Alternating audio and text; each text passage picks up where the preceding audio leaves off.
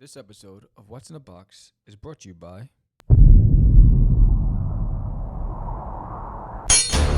He challenged his father because of a curse on his people, betraying his family in search of the truth, awakening the evil behind the curse. Now they must race to save their people or die trying.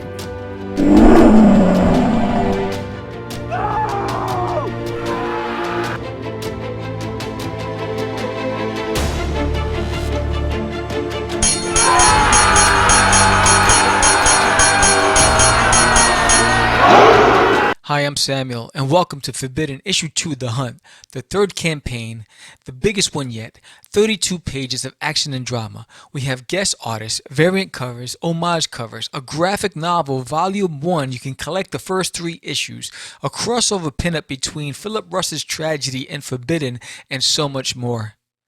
Thank you for supporting this book that I've been working on for 20 years of my life. It is my passion project, and I am happy to share with you. Forbidden. Hey there, wait a minute, Mr. Postman. Yeah, you right there, Mr. Postman. Hey, Mr. Postman, look at me. Is there a package just waiting for me?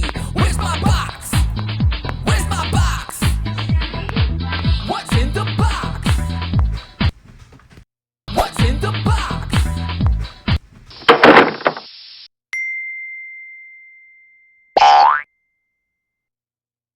Hey, what's up, guys? Welcome to the episode of What's in the Box.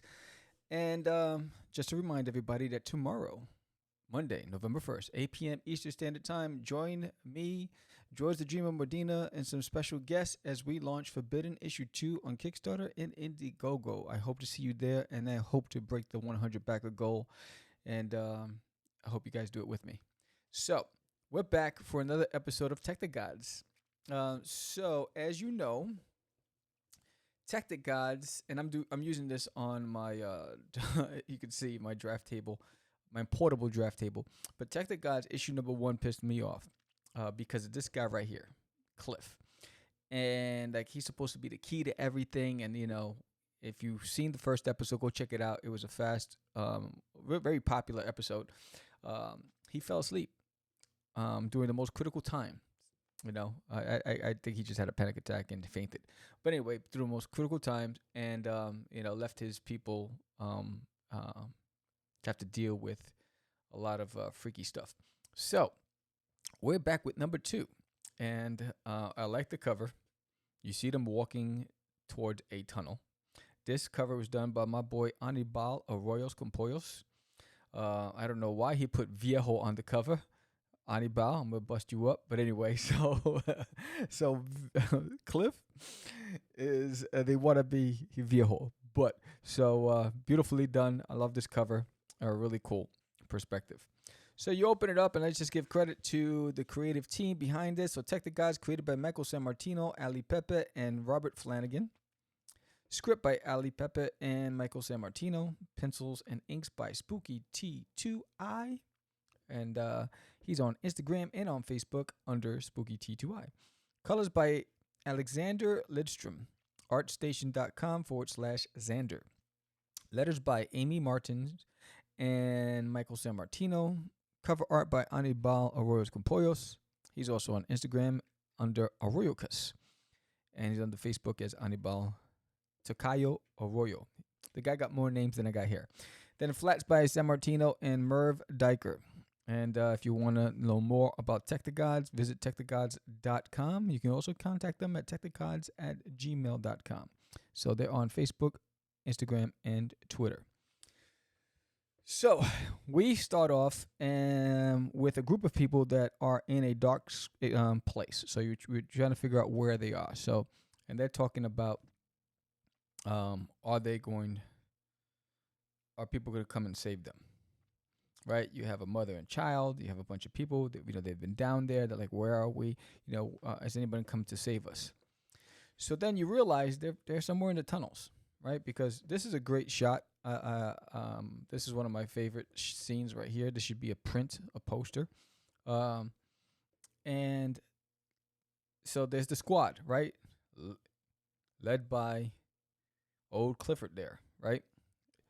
And so they're trying to figure out, right? They're assessing, the scoping the area, trying to assess where all the people. There's no activity here. This is, were they taken by the creatures?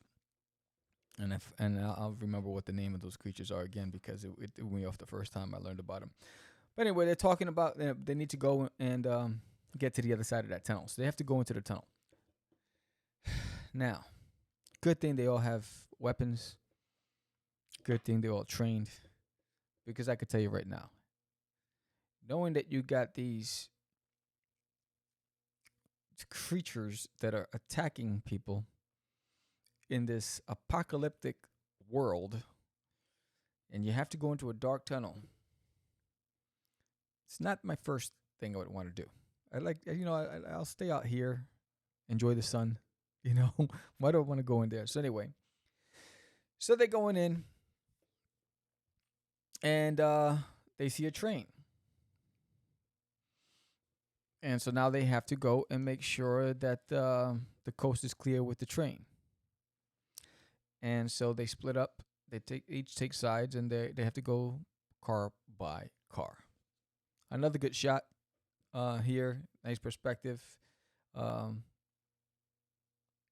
They're all trying to figure out where all the people went. Where did the people go? What's going on? And so they decide that, they have still a long ways to go. So they're going to make camp here.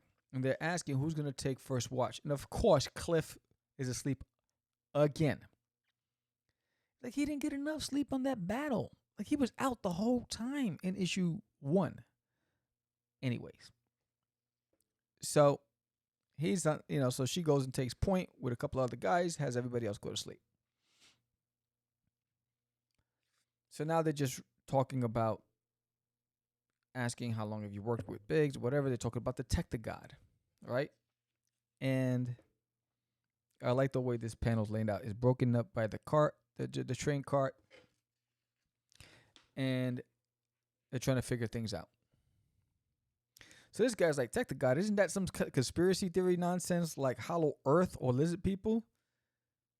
Now, you just got attacked by harpies. Not herpes. Harpies. And you're trying to make fun of the term Technigod when, and this guy says, nonsense. Do you know, you do know you're a member of a secret society. He's a member of a secret society. He's acting up. Now, the question I have here is, they're talking, they're acting up. He goes, oh no, I work for a private security detail. Harpies, yeah, I didn't sign up for that. I wonder, are these wings behind him? I don't know. That's just me trying to figure that out. Because then I have to ask myself why. Anyway, could just be me. So they're still going back and forth and they're talking. And this guy's a pilot. And she's asking, why aren't you sleeping? And he's like, I'm a pilot. Being underwater makes me uncomfortable. And she goes, you don't have the luxury of sleeping where you want. And he's like, that's not your jacket. She puts on a jacket. It is now. Everything's up for grabs. There's nobody around to claim it. Take it. Take it. And so now, of course, this guy's doing his patrol. He's like, hey, she's still sleeping. He's walking in. Of course, there's a door. Don't go towards the door. Get the squad first. Don't go. I know you have your gap, but don't go. He still goes. The door opens. Boom. There's the conductor. He's like, ma'am, are you okay? And then there's these worms coming out of her fingers, and she attacks. I told you not to go. Say it ain't so, Joe. Say it ain't so. Anyway, so he gets jacked. Instead of busting a cap, when that door opened, all right, let's just call it what it is. My gun is aimed. When that door opened, my finger's on the trigger. I'm giving you 10 seconds to identify yourself. If you're still not talking and you're looking at me like I'm dinner, well, I'm going to make sure your mouth ain't working. So you ain't going to bite me. But anyway, that's not what he did. These are trained guys. And they're getting jacked anyway. So he gets attacked, and now these worms are coming out her body all over the face, sucking the life out of him. But of course, they all get saved by women. Who runs the world? Girls. Anyway, so issue number 1, got saved by a woman. Issue number 2, got saved by a woman. There seems to be a trend here, guys. You guys are useless. You guys are just like extras in a movie. Anyway, so she slices the neck of this thing, saves her boy, and then now here comes the rest. Now Cliff is awake. Val, are you okay? What happened? You were sleeping. That's what happened, Cliff. Why don't you go back to sleep? I got this. Again. Mind you. So anyway, says the engineer, they're like, is it contagious? We don't know. We have to keep an eye on him. So now, all right, the world has gone to crap. You got harpies, and now you got these blood-sucking things walking around. And now they have to worry about this guy who couldn't pull the trigger, whether or not he's going to turn into one of those things. Man, shit, I'll be leaving you behind and saying, sorry, hit the road, Jack. And so, great, harpies, rates, what next? The monitor? What's next is us getting out of this channel. So there's another car. Oh, great, another train. So here is why I get angry. Because they're walking in, they hear somebody walking. And they just see. Then they don't give it an opportunity to come into the light. You got quick on the draw McGraw over here, bucking caps in a tunnel where that sound's gonna echo. And if there is an army of these things, he just let them know that there's dinner in the tunnel. And bam, he starts bucking shots. She's like, stand down, soldier. Too late. Look who's coming. Guess who's coming to dinner? And guess who's on the menu? Really? You're supposed to be trained, and I get it. You know, you got, post-traumatic stress syndrome. You guys are panicking. You don't know what's what. But damn, save your ammo. Control yourself.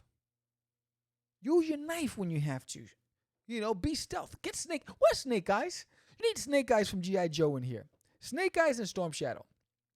Anyway, get Tunnel Rat. Tunnel Rat. You need the Joes. We'll fight for freedom. Anyway, so you want some more? You want some more? No, they want you. Anyway, we got it coming. Yeah, of course, because you woke up the dead. And now, here comes Cliff. Finally, don't let them touch you. Well, Cliff, you got more layers on you than everybody put together. So I doubt they're going to touch you. You got trench coats and gloves and all this stuff.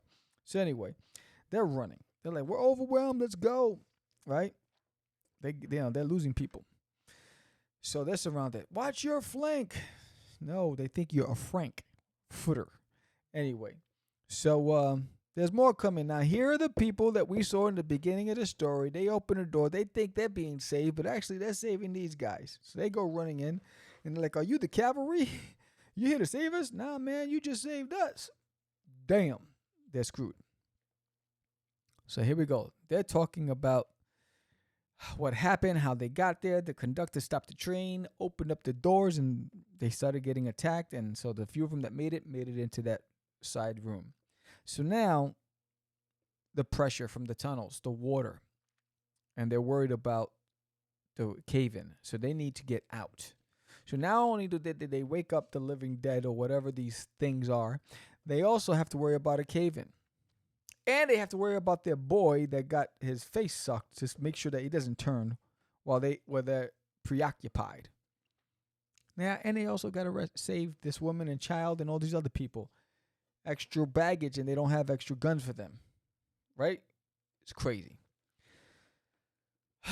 But then you always have that one. You've been locked up in there the whole time. Finally, people with weapons come. So you're a little more secure. You have a better fighting chance, and you still run. There's always that one. But of course, that person got jacked. Demons are coming after them, whatever these are. Wedge, a little help here, please. You know, they're fighting for their lives. And they realize, yo, it's not, they hear sounds. It's not an earthquake. It's going to be a cave in. The tunnel was designed to withstand quakes measuring 7 on the Richter scale, whatever this is. It isn't a quake. So they're like, we got to get to that exit. And so Cliff is like, everyone get to the sides once we're out. So he knows the water's coming. So finally, Cliff is showing some leadership skills. So they running to that doorway. Boom, they get out, and it goes, the water's coming out, and they're standing off on the sides. And they're there to be continued. Great way to end. You guys did your thing again with this. Cliff redeeming himself. I was a little worried because he took a nap in the beginning, but he's showing some leadership capabilities. Well-written story. Hats off to you guys. Can't wait to see what happens on issue 3. This is another episode of What's in the Box. If you want your book featured on What's in the Box, all you have to do is hit me up. You can send me a physical or a digital copy. Either way, we'll get you featured on here. And don't forget, join me tomorrow night, 8 p.m. Eastern Standard Time for Forbidden. It's going to be a party. And the anxiety is real. I hope we break 100 backers. There's a lot of great incentives, and you'll find out tomorrow. Talk to you soon. Thank you for watching another episode of What's in the Box. What's in the box?